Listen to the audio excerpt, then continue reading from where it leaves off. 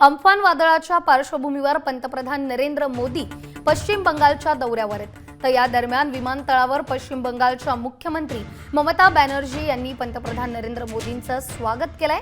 यावेळी पश्चिम बंगालचे राज्यपाल जगदीप धनखड देखील उपस्थित होते। मोदी या दौऱ्यात अम्फान वादळामुळे झालेल्या नुकसानीचा आढावा घेणार आहे। दरम्यान त्यांनी मुख्यमंत्री ममता बॅनर्जी यांच्या सोबत नुकसान झालेल्या भागाची हवाई पाहणी केली आहे। बंगालमध्ये आलेलं हे वादळ 283 वर्षातील सर्वात शक्तिशाली वादळ असल्याचं सांगितलं जातंय। याआधी 1737 मध्ये ग्रेट बंगाल सायक्लोनमध्ये 3 लाख नागरिक मारले गेले होते। तर 1999 मध्ये ओडिसात झालेल्या सुपर सायक्लोनमध्ये 10,000 नागरिकांना आपला जीव गमवावा लागला होता। यावेळी केंद्र आणि राज्य सरकारच्या मदतीने सुमारे 7 लाख लोकांना आधीच सुरक्षित ठिकाणी पोहोचवण्यात आले।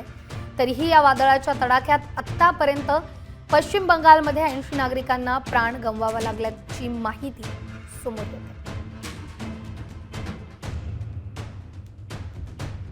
कोलकाता विमानतळावरची ही दृश्य आपण पाहतोय। अम्फानच्या पार्श्वभूमीवर पंतप्रधान नरेंद्र मोदी यांनी वादळामुळे झालेल्या नुकसानीचा आढावा घेतलेला आहे। संभावनाओं से लेकर के लगातार मैं इससे संबंधित सभी लोगों से संपर्क में था। भारत सरकार भी सतत राज्य सरकार के संपर्क में थी।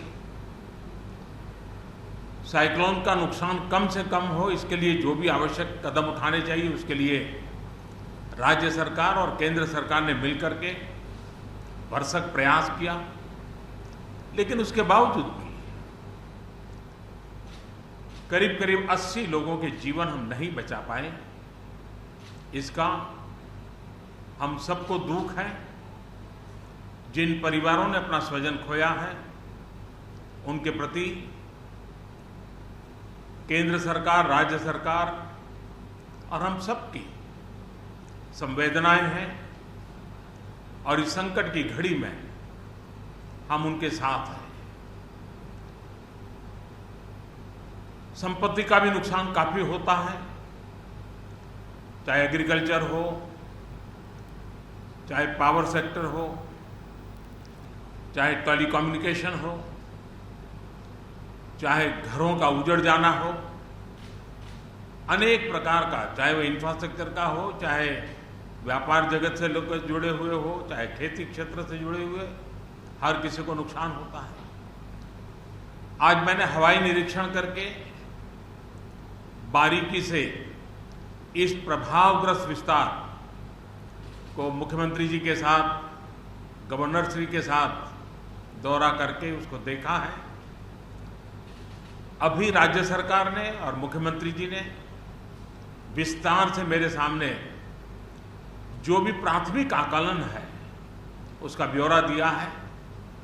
हमने तय किया है कि हो सके उतना जल्द डिटेल में सर्वे हो, कृषि का हो, पावर सेक्टर का हो, टेलीकम्युनिकेशन का हो, घरों की जो स्थिति है, इंफ्रास्ट्रक्चर की जो स्थिति है, केंद्र सरकार की तरफ से भी तत्काल एक टीम आएगी और वो टीम इन सभी क्षेत्रों में सर्वे करेगी और हम मिल करके रिहेबिलिटेशन हो, रिस्टोरेशन हो, रिकंस्ट्रक्शन हो, उसकी व्यापक योजना बना करके बंगाल की इस दुख की घड़ी में हम पूरा साथ देंगे, सहयोग देंगे और बंगाल जल्द से जल्द खड़ा हो जाए, बंगाल जल्द से जल्द तेज गति से आगे बढ़े, इसके लिए भारत सरकार कंधे से कंधा मिला करके काम करेगी और जो भी आवश्यकताएं होगी उन आवश्यकताओं को पूर्ण करने के लिए भारत सरकार के जो भी नीति नियम है उसका पूरी तरह उपयोग करते हुए पश्चिम बंगाल की मदद में हम खड़े रहेंगे। अभी तत्काल जो इस संकट की घड़ी में राज्य सरकार को कठिनाई न हो, इसके लिए एक एडवांस असिस्टेंस के रूप में 1000 करोड़ रुपया भारत सरकार की तरफ से व्यवस्था की जाएगी। साथ साथ जिन परिवारों ने अपने स्वजन खोए हैं उन परिवारों को प्रधानमंत्री राहत कोष से 2 लाख रुपया और जिन लोगों को इंजरी हुई है उनको 50 रुपये तक की सहायता देने का भी हम प्रधानमंत्री राहत कोष से करेंगे। पूरी दुनिया एक संकट से जूझ रही है। भारत भी लगातार कोरोना वायरस के खिलाफ लड़ रहा है। कोरोना वायरस की लड़ाई में जीतने का मंत्र और साइक्लोन में जीतने का मंत्र दोनों पूरी तरह एक दूसरे के ऑपोजिट है। कोरोना वायरस से लड़ने का मंत्र है जो जहां है वहीं रहे, जरूरत नहीं हो तब तक घर से बाहर न निकले और जहां भी जाए 2 गज की दूरी बनाए रखे। लेकिन साइक्लोन का मंत्र है कि साइक्लोन आ रहा है, जल्दी से जल्दी सुरक्षित स्थल पर आप शिफ्ट कर जाइए, वहां पर पहुंचने का प्रयास कीजिए, अपना घर खाली कीजिए। यानी दोनों अलग अलग प्रकार की लड़ाइयां एक साथ पश्चिम बंगाल को लड़नी पड़ी है। लेकिन उसके बावजूद भी ममता जी के नेतृत्व में राज्य सरकार ने भरसक प्रयास किया है। भारत सरकार ने भी लगातार उनके साथ रह करके इस संकट की घड़ी में जो भी आवश्यक, जो एडवांस में करने योग्य था, जो उसी समय करने का योग्य था और जो आगे दिनों के करने की आवश्यकता है, उसको भी पूरा करने का हम प्रयास करेंगे। आज समग्र देश को जिनके लिए गौरव है, ऐसे राजा राममोहन राय जी की जन्म जयंती है और उस समय मेरा पश्चिम बंगाल की इस पवित्र धरती पर होना मेरे मन को छूने वाली बात होती है। लेकिन संकट की घड़ी से हम जूझ रहे हैं, तब मैं तो इतना ही कहूँगा कि राजा राममोहन राय जी हम सबको आशीर्वाद दें ताकि समयानुकूल समाज परिवर्तन के जो उनके सपने थे उनको पूरा करने के लिए हम मिल बैठ करके, मिलजुल करके एक उज्जवल भविष्य के लिए, भावी पीढ़ी के निर्माण के लिए समाज सुधार के अपने कामों को निरंतर जारी रखेंगे और वही राजा राममोहन राय जी को उत्तम श्रद्धांजलि होगी। मैं मेरे पश्चिम बंगाल के सभी भाइयों बहनों को विश्वास दिलाता हूं कि संकट की घड़ी में पूरा देश आपके साथ है।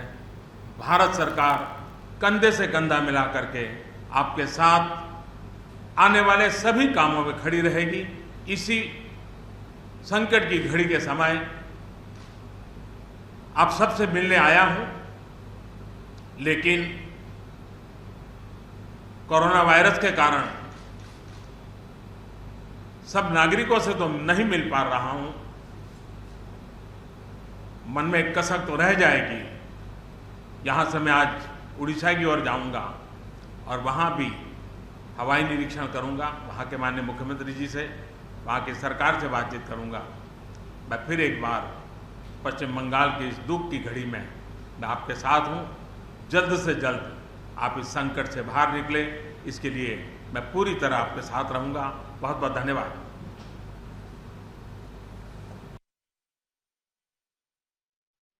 नरेंद्र मोदी यांनी पश्चिम बंगालमध्ये पूर परिस्थितीचा, वादळाचा आढावा घेतलेला आहे। पश्चिम बंगालला केंद्राकडून सर्वतोपरी प्रयत्न केले जातील असंही पंतप्रधान नरेंद्र मोदी म्हणतात। तर नुकसानग्रस्त जो भाग आहे तो पुन्हा नव्याने उभारू यासाठी केंद्राकडून पश्चिम बंगालला मदत केली जाईल असं आश्वासन देखील पंतप्रधान नरेंद्र मोदींनी दिलंय।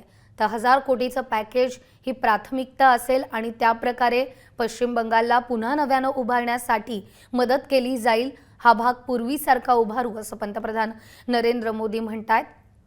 कोलकाता विमानतळावरती पश्चिम बंगालच्या मुख्यमंत्री ममता बॅनर्जी यांच्याशी भेट घेतल्यानंतर, नुकसानीचा आढावा घेतल्यानंतर पंतप्रधान नरेंद्र मोदी यांनी या संदर्भात माहिती दिली आहे। तर केंद्राकडून सर्वतोपरी मदत करू, पश्चिम बंगालला 1000 कोटींचं पॅकेज देखील मोदींनी जाहीर केलेलं आहे।